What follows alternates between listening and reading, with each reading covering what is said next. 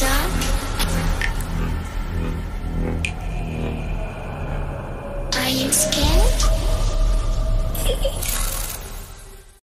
मैं अंदर दाखिल हो गया। 8 हेलीकॉप्टर खड़े थे। साइड रूम में असला भरा था। इसके साथ ही जो छोटा कमरा था इसमें भी रॉकेट और मिसाइलों के अलावा बम्बों की काफ़ी तादाद फर्श पर एक तरफ लगी थी। ये सारी जगह, वहाँ की दीवारें, फर्श वगैरह फायर प्रूफ थे। मैं इस जगह आ गया जहाँ थंडर हॉक हेलीकॉप्टर खड़े थे। यहाँ दीवार पर एक शेल्फ लगा हुआ था जिसका भी तख्ता प्लास्टिक का था। दीवार के साथ आग बुझाने वाला सिलेंडर और एक कुल्हाड़ी लगी थी। मैंने कुल्हाड़ी उतार कर शेल्फ को तोड़ डाला।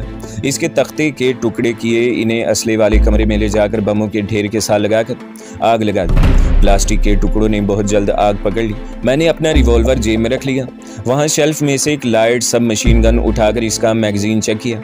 मैगजीन भरा हुआ था। मशीन गन को कांधे पर डाला और बाहर को दौड़ पड़ा। मैं बमों के धमाके से पहले वहाँ से दूर निकल जाना चाहता था। मुझे मालूम था कि बम इस वक्त तक नहीं फटता जब तक कि आग इसकी नोजल तक न पहुँचे। मैंने प्लास्टिक के टुकड़ों को बमों के साथ इस तरीके से जोड़ा था कि जब तक आग बमों की नोजल तक पहुँचे मैं इस जगह से काफ़ी दूर निकल जाऊँ। अब मुझे ऊपर वाली गार्ड से निमटना था। आप ज़रूर हैरान होंगे कि ये सारा काम मैंने इतनी जल्दी और आसानी से कैसे कर लिया, लेकिन ऐसी कोई बात नहीं थी। पहली बात तो ये है कि मैं एक तरबियत याफ्ता कमांडो था और मुझे इस किस्म के ऑपरेशन का तजुर्बा था। दूसरी बात ये थी कि मैं ये सब कुछ अपनी जान की परवाह किए बगैर कर रहा था। जब अपने वतन की सालमियत और करोड़ों माओ बहनों की इज्जत व आबरू को बचाने का ख्याल और इस्लाम का सच्चा जज्बा दिल में मौजूद हो तो फिर इंसान बड़ी से बड़ी कुर्बानी देने को तैयार होता है और रास्ते में आई हुई किसी रुकावट की परवाह नहीं करता। मेरे दिल में भी यही जज्बा कार फरमा था। मैंने दौड़कर सीढ़ियां तय की और आहिनी दरवाजे पर दस्तक दी। मुझे मालूम था कि बाहर 2 सिपाही रात की ड्यूटी पर लगे होंगे। मैंने इस रात का पासवर्ड बोल दिया। दरवाज़ा खोल दिया गया। बाहर लकड़ी के एक खंबे के साथ बिजली का बल्ब रोशन था। मैंने मशीन गन अपने पीछे कर ली और दोनों सिपाहियों से रोबदार आवाज़ में कहा, नीचे आओ, इधर एक जगह से गैस लीक कर रहा है। ये गढ़वाली सिपाही भी मेरी शक्ल से आशना थे। उन्होंने मुझे वहाँ के ऑफिसर्स के साथ अक्सर आते जाते देखा था। वो कुछ बौखला कर नीचे सीढ़ियाँ उतरने लगे। यहाँ मैं गन फायर नहीं करना चाहता था क्योंकि इसकी आवाज़ बेस के बड़े गेट पर मुतय्यन गार्ड तक पहुँच सकती थी। मैंने नीचे से सीढ़ियाँ उतरते हुए एक सिपाही के सर पर मशीन गन का बट पूरी ताकत से दे मारा और वो मुंह के बल दूर से सिपाही पर गिरा। इतनी देर में दूसरे सिपाही को भी मशीन गन की ज़रब से शदीद जख्मी कर चुका था। पहला सिपाही वहीं मर गया था। दूसरा सांस ले रहा था मगर खोपड़ी पर पीछे की तरफ ज़रब लगने से बेहोश हो चुका था। बाकी सिपाही, जिनकी नफरी ज़्यादा नहीं थी, बैरक में गहरी नींद सो रहे थे। ये बैरक इस तहखाने के ऐन ऊपर थी जिसमें असला भरा हुआ था और जिसे कुछ देर बाद धमाके से फटना था। जाहिर है इन सिपाहियों में से किसी के बचने का सवाल ही पैदा नहीं होता था। अब सिर्फ इस कमांड के बड़े गेट पर गार्ड के 4 सिपाही बाकी रह गए थे। मेरी जीप एक तरफ गिराज में छप्पर के नीचे दूसरी गाड़ियों के साथ खड़ी थी। मैं अंधेरे में दीवार के साथ लगकर चलता हुआ अपनी जीप तक आ गया। लाइट मशीन गन को जीप में अगली सीट पर रखा। जीप में बैठकर इसे स्टार्ट किया और आहिस्ता आहिस्ता चलाता बड़े गेट की तरफ आ गया। गेट बंद था। इसके आगे 2 गढ़वाली सिपाही पहरा दे रहे थे। जीप की आवाज़ सुनते ही वो रुक गए और मेरी तरफ देखने लगे। मैंने इनके करीब जाकर जीप रोक दी और लाइट मशीन गन इनकी तरफ फेंक करता हुक्माना अंदाज में कहा, यह सब मशीन गन सीढ़ियों में किसने फेंकी थी?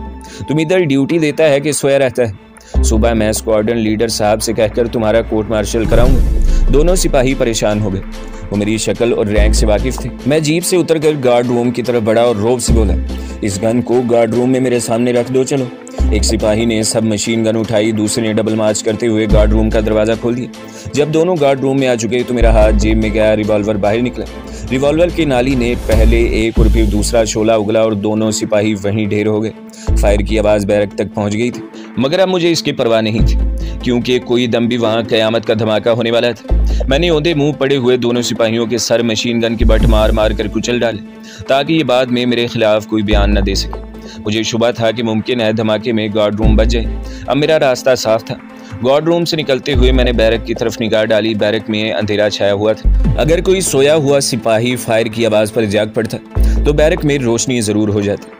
मैं जीप बरक रफ्तारी से थंडर बेस के किलेनुमा टीले से बाहर निकाल कर ले गया। अंधेरी रात थी, कच्चा रास्ता सुनसान पड़ा था। दूर ओदमपुर बस्ती की रोशनियां झिलमिला रही थी। अब मुझे इंद्रानी की हिदायत के मुताबिक वहां से निकलकर दरियाए तवी के देवी के बुत वाले और निस्बतन वीरान इलाके के पुल को उबूर करके दूसरे किनारे पर एक फरलांग का रास्ता तय करके छोटी पुलिया के पास पहुंचकर इसके नीचे छुपा कर रखी कपड़ों की गठरी तक पहुंचना था। वहां अपना लिबास तब्दील करना था और फिर जम्मू से होशियारपुर जालंधर जाने वाली सड़क पर रुककर किसी बस में सवार होकर जम्मू के इलाके से निकल जाना था। अब किसी भी वक्त पीछे धमाका हो सकता था। मैं जीप को तेज़ी से भगाए लिया जा रहा था। बड़ी सड़क पर आकर मैंने जीप को अपनी तरफ करके रोक लिया। मेरे दिल में अचानक इस खदशे ने सर उठा लिया कि अगर धमाका ना हुआ, अगर प्लास्टिक की आग से बमों की नज़ल को कोई नुकसान न पहुँचे तो क्या होगा? मेरे सारे का सारा मिशन नाकाम हो जाएगा और फिर 2-1 रोज़ में मैं यहाँ से थंडर हॉक हेलीकॉप्टर हज़ारों फुट की बुलंदी पर उड़कर मेरे वतन अजीज़ के एक शहर की तरफ परवाज़ शुरू करते देखूंगा और वहाँ नाकाबिले तलाफ़ी नुकसान करने के बाद वो वापस आ जाएंगे। मेरी आंखें अंधेरे में नजर आने वाले टीले के स्याह ह्योले पर जमी हुई थी, जिसके पस मंजर में आसमान पर सितारे चमक रहे थे। हैजानी कैफियत से मेरे होंठ बार बार खुश्क हो रहे थे।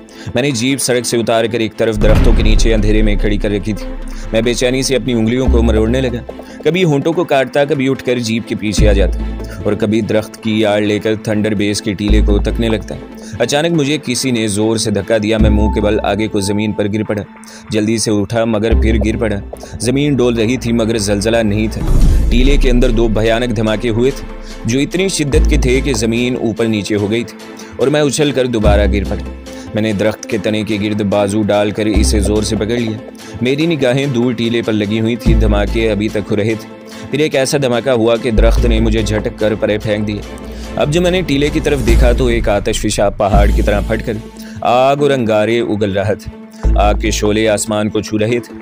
देखते देखते इर्द गिर्द का मैदान स्याह धुएं और आग के उड़ते हुए शरारों से भर गया। मैं जल्दी से जीप स्टार्ट करके वहां से निकल गया। मेरा रुख दरियाए तवी के बुत वाली पुल की तरफ था। ये पुल वहां से जुनूब की जानिब 1.5 मील के फासले पर था। मैं पक्की सड़क से उतर कर कच्ची सड़क पर जा रहा था।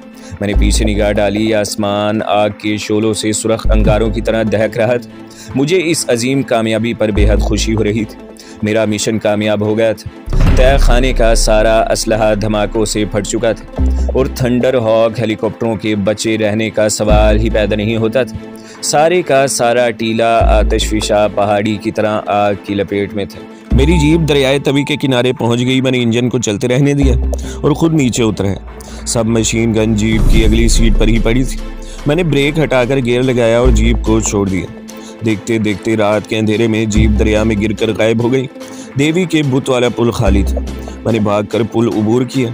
दूसरे किनारे पर आकर कच्चे किनारे से हटकर दरख्तों में उतर गया और सूखी घास में से गुजरता हुआ आगे बढ़ने लगा। मुझे छोटी पुलिया तक जाना था। अभी तक मुझे कोई इंसान रास्ते में नजर नहीं आया था। टीले की जानिब आसमान सुर्ख था। आग अभी भड़क रही थी। टीला भी आग उगल रहा था। किसी वक्त किसी हल्के से धमाके की आवाज़ सुनाई दे जाती थी। मैं अंधेरे में गौर से देखता रहा। सूखी झाड़ियों में आगे बढ़ रहा था। इंद्रानी के कहने के मुताबिक मुझे एक जगह छोटी पुलिया नजर आ गई। यहाँ ऊपर दरिया की तरफ से जेरे ज़मीन एक नाला निकाला गया था, जिसके ऊपर नीचे आकर एक पुलिया बना दी गई थी। यह नाला लगता था कि मुद्दतों से खुश्क पड़ा है, क्योंकि उसमें ऊंची ऊंची सूखी घास उगी हुई थी। मैंने पुलिया के नीचे झांक कर देखा। यहाँ धूप अंधेरा था। गौर से आंखें फाड़ फाड़ कर देखने से मुझे पुलिया की दीवार के साथ लगी हुई एक गठरी नजर आ गई। गठरी को बाहर निकाल कर खोला। इसमें मैल खोरे रंग का एक पुराना खद्दर का कुर्ता, एक पाजामा और खद्दर का साफा निकला। एक पुरानी चप्पल भी थी। मैंने अपने कपड़े उतार कर ये कपड़े पहन लिए। रिवॉल्वर को पजामे के असदार बंद में अड़स लिया। बटुए में 100-100 के 3 नोट और 4 5-5 के नोट थे। ये मेरी मलकियत थी। बटुए को मैंने अपने उतरे हुए कपड़ों के साथ गठरी में बांधा। रुपए अपनी जेब में रखे। गठरी में पुराने कपड़ों के अलावा अपने बूट रख दिए। गठरी में कुछ पत्थर डालकर इसे बांधा और ऊपर दरिया के किनारे पर आ गया। किनारा दूर तक अंधेरे में वीरान था। मैंने गठरी दरिया में डाल दी। पत्थरों के बोझ की वजह से गठरी जल्द ही पानी में डूब गई। इस काम से फारिग होकर मैंने टीले की तरफ आसमान को देखा। आग अगरचे मदम पड़ गई थी, मगर आसमान पर सुर्खी बदस्तूर कायम थी। इधर से धुआं काफ़ी मिकदार में बुलंद होने लगा था।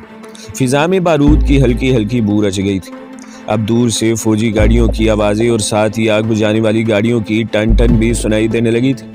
मैंने अल्लाह का नाम लिया और दरिया के किनारे से उतरकर जम्मू से होशियारपुर जालंधर जाने वाली सड़क का रुख पकड़ लिया।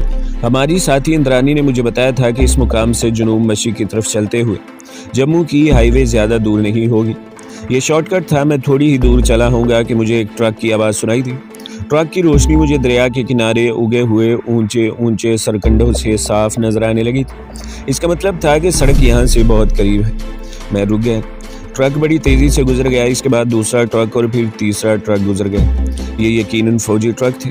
फिर एक जीप बार बार हारन देती हुई गुजर गई। ये भी फौजी जीप ही हो सकती थी। कुदरती बात थी कि थंडर बेस कमांड की तबाही के सिग्नल जम्मू छावनी और दूसरी फौजी चौकियों में पहुंच गए थे और इलाके में फौज चौकस हो गई थी। अब मेरा वहां से निकलना आसान नहीं था।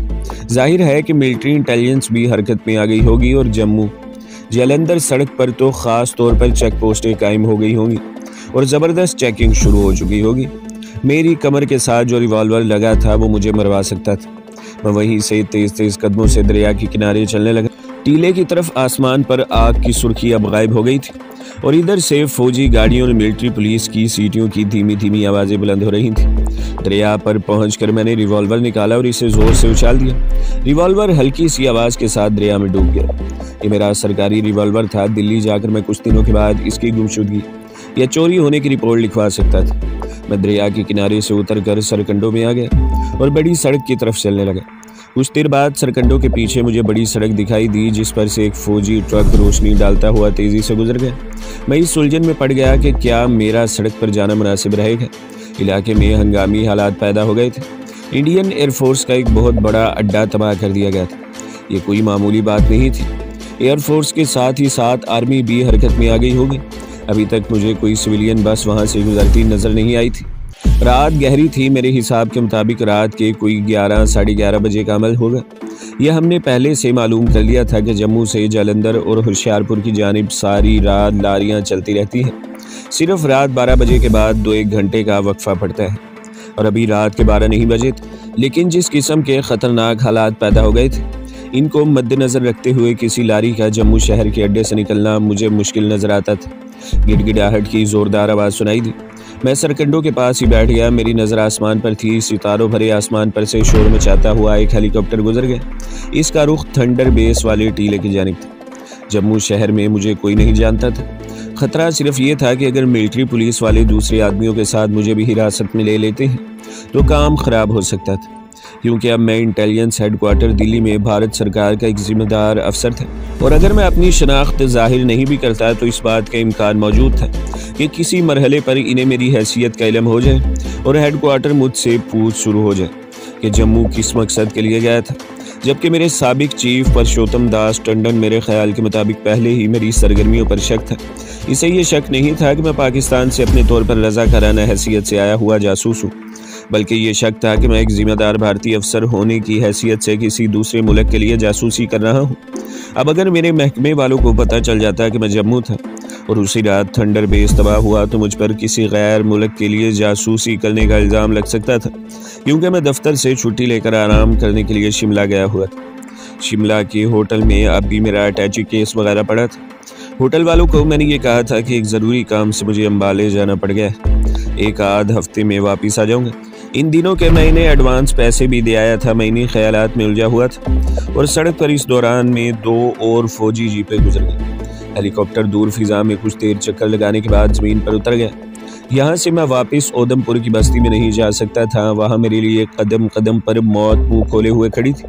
मुझे इंद्रानी का ख्याल आ रहा था अगर थंडर बेस से कोई सिपाही जिंदा बच गया तो वो मिलिट्री पुलिस को पूछगछ के दौरान ये भी बता देगा कि अम्बाला छावनी से कैप्टन मल्होत्रा वहाँ सिक्योरिटी चेक करने के लिए आया था। दूसरी तरफ अम्बाला छावनी की इंटेलिजेंस भी अब कैप्टन मल्होत्रा की तलाश में चल पड़ी होगी।